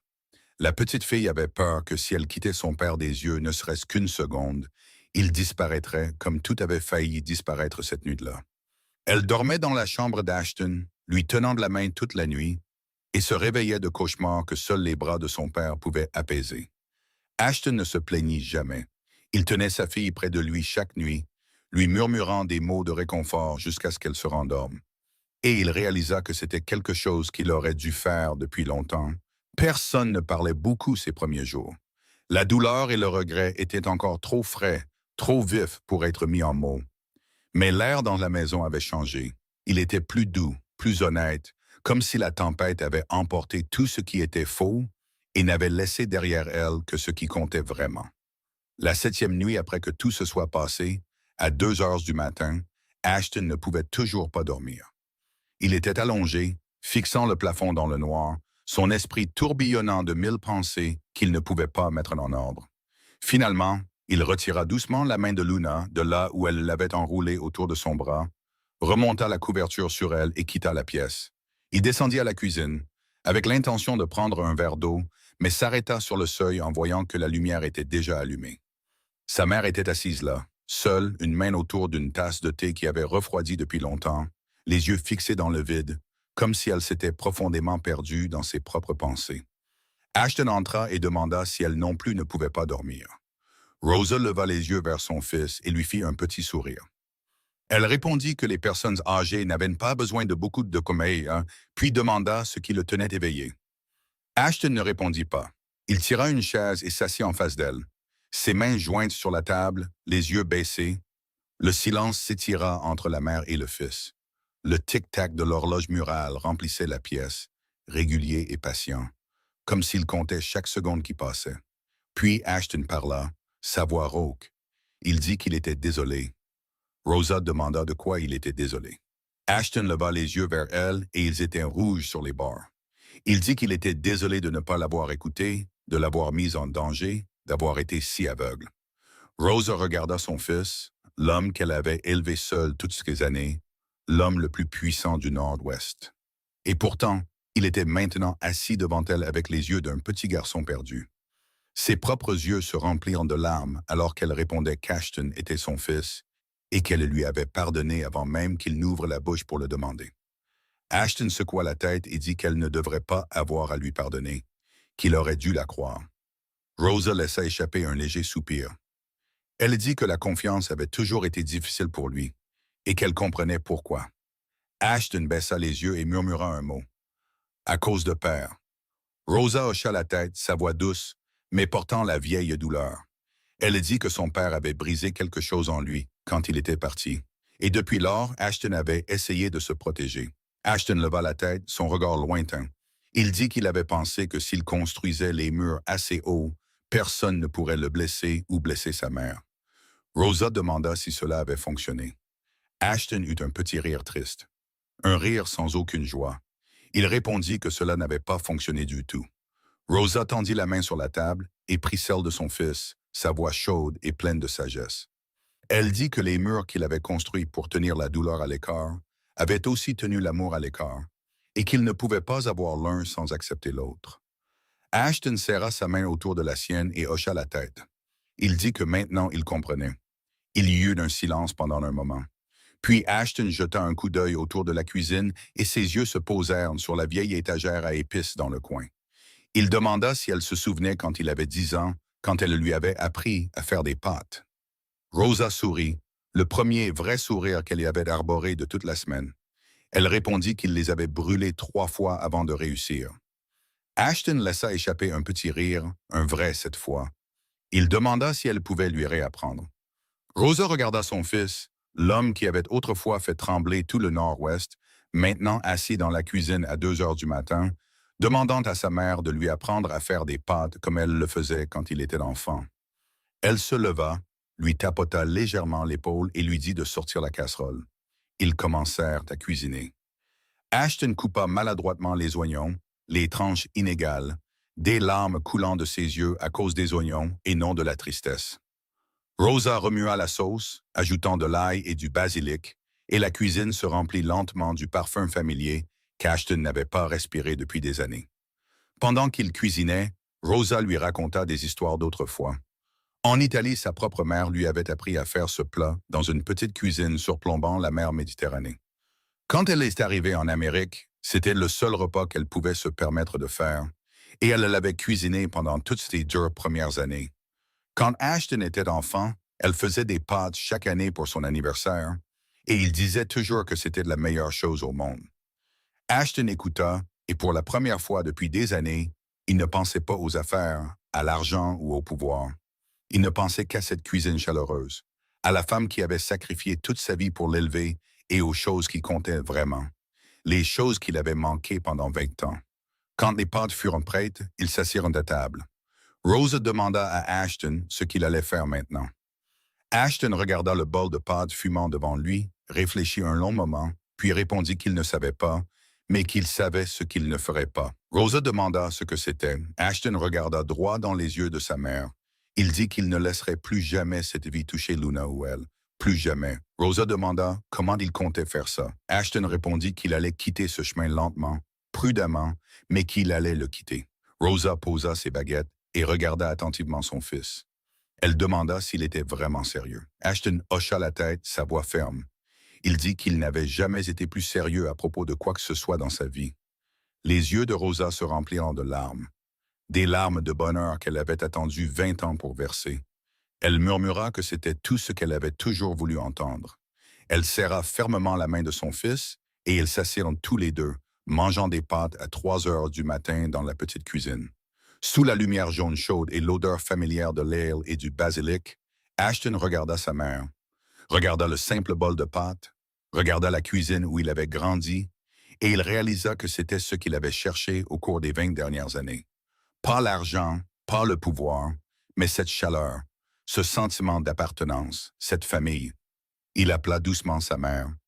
Rosa leva les yeux et demanda ce que c'était, mon fils. Ashton sourit, le premier sourire vraiment sincère qu'il avait offert depuis de nombreuses années. Il dit « Merci, mère, de n'avoir jamais abandonné. » Rosa lui sourit en retour et répondit que c'était ce que faisaient les mères. Dans les semaines qui suivirent cette nuit de pâtes avec sa mère, Ashton Cade devint un homme différent. Il était plus à la maison qu'il ne l'avait été à aucun moment au cours des 20 dernières années. Il n'y avait plus de réunions s'éternisant après minuit, plus de voyages mystérieux sans préavis, plus d'appels téléphoniques pour lesquels il devait sortir. Marcus gérait la plupart de ce qui restait en dehors du domaine, tandis qu'Ashton consacrait son temps aux choses qu'il avait manquées pendant les 6 années de sa paternité. Chaque matin, il conduisait Luna à l'école. Elle était assise sur la banquette arrière, lui racontant le rêve qu'elle avait fait la nuit précédente, son nouvel ami en classe, le poisson rouge qu'elle voulait avoir. Chaque après-midi, il attendait à la grille de l'école, regardant Luna courir vers lui avec un sourire radieux dès qu'elle voyait son père. Les petites choses qu'il avait autrefois considérées comme sans importance devenaient maintenant les moments les plus précieux de sa journée. Et pendant ces jours, il commença à voir vraiment Ren. Pas Ren la nounou, la femme qu'il payait chaque mois, mais Ren en tant que personne, avec une patience infinie quand Luna faisait une crise de colère, avec un sourire doux quand elle lisait des histoires à la petite fille chaque soir, avec un regard lointain dans les yeux quand elle s'asseyait seule dans le jardin à regarder le coucher du soleil. Il vit la façon dont elle aimait Luna, non pas parce que c'était son travail, mais parce qu'elle voyait vraiment l'enfant comme un membre de sa famille. De petits moments commencèrent à s'accumuler, comme des grains de sable s'écoulant à travers le verre étroit d'un sablier. Une nuit, Luna fit un cauchemar et pleura sans cesse, refusant de se rendormir. Ren s'assit à côté de son lit pendant 3 heures, chantant des berceuses et racontant des histoires jusqu'à ce que la petite fille s'endorme enfin. Ashton descendit, prépara une tasse de café chaud, la remonta et la posa à côté de Ren sans dire un mot. Elle leva les yeux vers lui, ses yeux fatigués brillant encore de gratitude. Il hocha légèrement la tête et s'éloigna, mais l'image d'elle assise là, dans la pâle lueur dorée de la veilleuse, resta dans son esprit toute la nuit. Un matin, Luna exigea que papa lui tresse les cheveux parce que la main de Ren lui faisait mal. Ashton s'assit derrière sa fille avec des mains maladroites, essayant de tisser 3 mèches de cheveux ensemble, mais le résultat ressemblait à un nid d'oiseau après le passage d'une tempête. Luna se regarda dans le miroir, puis éclata d'un rire si impuissant qu'elle roula sur le lit. Ren se tenait dans l'embrasure de la porte et ne put s'empêcher de rire aussi. Et Ashton réalisa que c'était la première fois depuis bien trop longtemps qu'il entendait des rires résonner dans cette maison. Le soir, après que Luna se soit endormie, Ashton et Ren s'asseyaient souvent ensemble sur le porche. Ils ne parlaient pas beaucoup. Ils s'asseyaient simplement côte à côte en silence, chacun tenant une tasse de thé, regardant le ciel étoilé. De temps en temps, leurs regards se croisaient par accident, et tous deux détournaient rapidement les yeux comme des enfants surpris, en train de faire quelque chose de secret. Puis un matin, Luna changea tout avec l'honnêteté innocente d'une enfant de 6 ans. Elle prenait son petit déjeuner avec son père et Ren quand elle le leva soudain les yeux et demanda pourquoi papa n'épousait pas Ren. Parce que Ren était si gentil. Ashton s'étouffa avec son café et se mit à tousser. Il demanda ce qu'elle venait de dire. Luna pencha la tête, son expression sérieuse comme si c'était la question la plus ordinaire du monde. Elle expliqua que Ren lui lisait des histoires. Ren cuisinait de délicieuses choses. Et Ren sentait bon aussi. Ren rougit vivement et dit à la hâte que le mariage n'était pas si simple. Luna demanda pourquoi. Ashton et Ren se regardèrent et aucun d'eux ne sut quoi répondre. Cette nuit-là, après que Luna se fut endormie profondément, Ashton et Ren s'assirent de nouveau sur le porche comme ils le faisaient toujours. Mais quelque chose dans l'air entre eux avait changé après la question innocente de l'enfant ce matin-là. Ren parla la première. Elle lui demanda si elle pouvait lui poser une question. Ashton hocha la tête et lui dit de continuer. Ren regarda dans l'obscurité du jardin, sa voix douce quand elle demanda pourquoi il avait cru Kira si facilement, pourquoi il lui avait fait confiance comme il l'avait fait. Ashton resta silencieux un long moment, réfléchissant à la réponse. Puis il dit que c'était parce qu'il avait voulu y croire, parce qu'il était trop fatigué d'être seul et que Kira lui avait donné exactement ce qu'il cherchait. Ren demanda ce que c'était. Ashton répondit que c'était quelqu'un qui ne voulait rien de lui. Ou du moins, c'est ce qu'il avait pensé. Ren dit qu'elle avait voulu quelque chose, après tout. Ashton hocha la tête, sa voix amère. Il dit que tout le monde voulait quelque chose. La seule question était de savoir s'ils étaient honnêtes à ce sujet. Le silence persista un moment. Puis Ren parla de nouveau. Elle dit qu'elle aussi avait voulu quelque chose en venant ici. Ashton se tourna pour la regarder et demanda ce que c'était. Ren leva les yeux vers le ciel nocturne, son regard lointain. Elle répondit qu'elle avait voulu une chance de protéger quelqu'un qu'elle n'avait pas pu protéger avant. Ashton comprit tout de suite. Il murmura le nom de Bree, le nom de sa sœur. Ren hocha la tête et ne dit rien de plus. Ashton lui dit qu'elle avait eu cette chance et qu'elle n'avait pas échoué. Ren secoua la tête, sa voix se serrant d'émotion. Elle dit qu'elle avait failli échouer. Ashton répondit qu'elle n'avait pas échoué, que Luna était en vie grâce à elle, que sa mère était en vie grâce à elle. Ils restèrent de nouveau en silence un moment. Puis Ashton tendit lentement la main et la posa sur celle de Wren, là où elle reposait sur l'accoudoir de la chaise. Elle ne la retira pas. Elle baissa seulement les yeux sur sa main, puis leva les siens pour rencontrer les siens. Ashton dit « Merci d'avoir sauvé ma fille, d'avoir essayé de me sauver, même quand je ne le méritais pas. » Wren le regarda droit dans les yeux et répondit qu'il le méritait. Il n'avait simplement pas encore pu le voir. Ashton esquissa un léger sourire et dit que maintenant, il le voyait. Ils ne s'embrassèrent pas. Aucune confession d'amour ne fut prononcée à voix haute. Il n'y avait que deux personnes assises côte à côte, main dans la main, comprenant que quelque chose avait commencé entre elles. Ashton admit qu'il n'était pas doué pour ça, les relations, la confiance, rien de tout ça. Wren sourit doucement et répondit qu'elle non plus n'était pas douée pour ça. Ashton demanda ce qu'ils devaient faire alors. Wren pencha la tête et réfléchit un moment, puis dit qu'ils prendraient leur temps, un jour à la fois. Ashton hocha la tête et dit qu'ils pouvaient faire ça. Dans la cuisine derrière eux, Rosa se tenait près de la fenêtre, regardant le porche où son fils et Wren étaient assis côte à côte, les mains entrelacées. Elle sourit, un sourire de profond contentement. Le sourire d'une mère qui avait attendu bien trop longtemps pour voir son fils trouver le bonheur. Elle retourna à l'intérieur, ne voulant pas les déranger, et murmura un seul mot pour elle-même. Enfin, l'amour n'est pas venu à Ashton et Wren comme une tempête qui emporte tout. Il est venu comme l'aube, lent, doux et chaud, un rayon de lumière à la fois, jusqu'à ce que tout le ciel brille. Un an après les terribles bouleversements, dans une petite ville côtière de l'Oregon, à environ 3 heures de Portland en voiture, la vie s'écoulait lentement, comme les vagues se brisant contre le rivage rocheux chaque matin. Cette ville n'apparaissait pas sur les cartes touristiques et elle n'avait ni gratte-ciel ni rue bondée. Il n'y avait que des routes pavées propres, des habitants sympathiques se saluant chaque matin et un ciel bleu clair s'étendant sur la mer ouverte. Au coin de la rue principale de la ville se trouvait un petit restaurant avec une enseigne en bois rustique qui disait « La cuisine de Rosa ». Il n'était ouvert que depuis 3 mois, mais il était déjà devenu un lieu de rassemblement favori pour les habitants. La riche odeur d'ail grésillant dans l'huile, la fraîcheur du basilic et la chaleur des tomates mûres flottaient dans l'air chaque fois que la porte s'ouvrait. Les gens venaient non seulement pour la nourriture, mais pour le sentiment de chaleur, comme s'ils rentraient à la maison. À l'intérieur, Rosa se tenait derrière les fourneaux, ses mains se déplaçant rapidement alors qu'elle préparait des plats italiens à partir de recettes familiales qu'elle avait apprises de sa mère en Italie. Son visage rayonnait d'une manière différente maintenant, libéré de l'ombre constante de l'inquiétude qui avait marqué tant d'années auparavant. C'était le rêve qu'elle avait porté dans son cœur toute sa vie, et enfin, il était devenu réalité. Luna, maintenant âgée de 7 ans, était assise à la caisse après l'école, ses jambes se balançant du haut tabouret, alors qu'elle se concentrait intensément sur le dessin d'un poisson aux couleurs vives sur une feuille de papier blanc. Elle avait grandi, ses cheveux avaient poussé, et le sourire sur ses lèvres ne portait plus la peur qu'il avait eue 1 an auparavant. Wren se déplaçait de table en table, portant des assiettes et discutant avec les habitués. Elle était devenue une partie irremplaçable de l'endroit, aimée de tous pour sa gentillesse et son sourire sincère. La cicatrice sur son menton était toujours là, mais ce n'était plus une marque de douleur.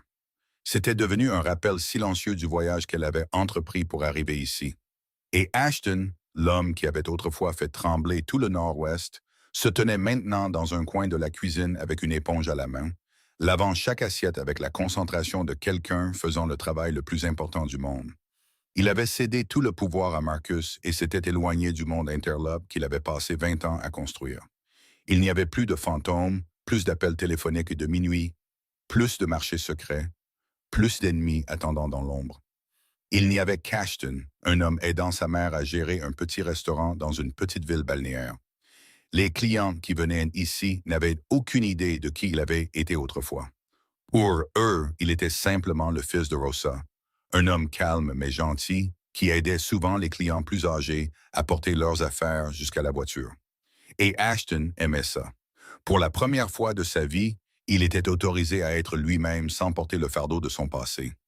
L'après-midi, lorsque le dernier client était parti et que le panneau « Fermé » avait été accroché, la famille commençait à nettoyer. Rosa essuyait la cuisine avec le contentement de quelqu'un qui avait vécu une journée pleine de sens. Lana courait jouer dans le jardin arrière, son rire résonnant dans l'air frais du soir. Ashton et Ren se tenaient sur le porche, regardant le soleil sombrer lentement dans la mer, transformant tout le ciel en un embrasement d'orange et de pourpre.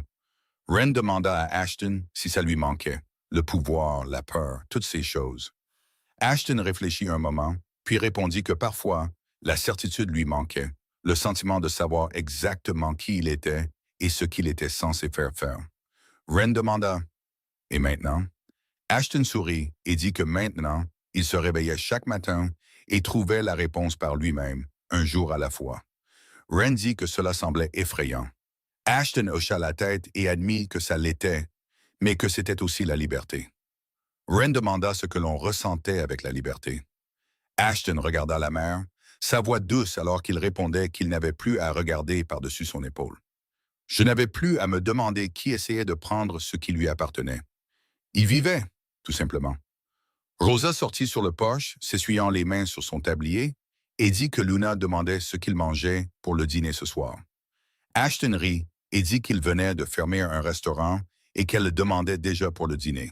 Rosa haussa les épaules et dit que c'était comme ça les enfants, toujours affamés. Ashton dit que ce soir, c'est lui qui cuisinerait. Rosa fit semblant d'être choquée et demanda s'il cuisinait. Ashton rit et lui rappela qu'elle le lui avait appris après tout, et que maintenant il savait faire des pâtes. Rosa le taquina en disant que les brûler 3 fois ne comptait pas comme savoir-faire. Tous les 3 rirent ensemble, leur rire s'élevant dans l'air paisible du soir. Ce soir-là au dîner, ils étaient tous les 4 assis autour de la petite table de la maison en bord de mer. Ashton fit des pâtes et cette fois, il ne les brûla pas. C'était un plat simple avec une sauce tomate parsemée de basilic frais et de fromage.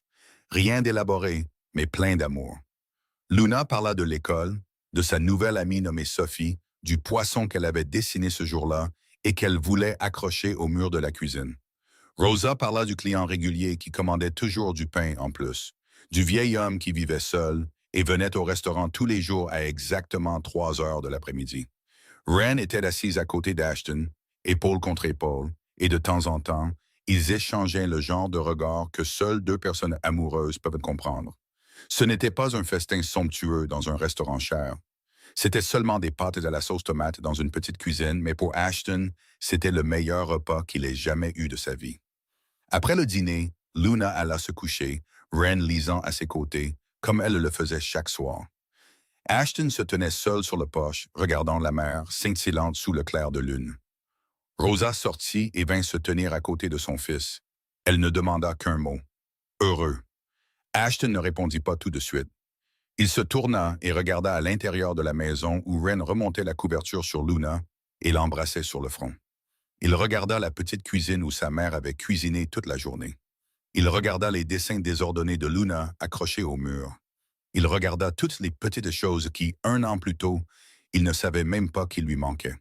Puis il répondit qu'il n'avait pas su ce que ce mot signifiait jusqu'à maintenant. Rosa demanda s'il le savait maintenant. Ashton hocha la tête et dit que maintenant, il le savait.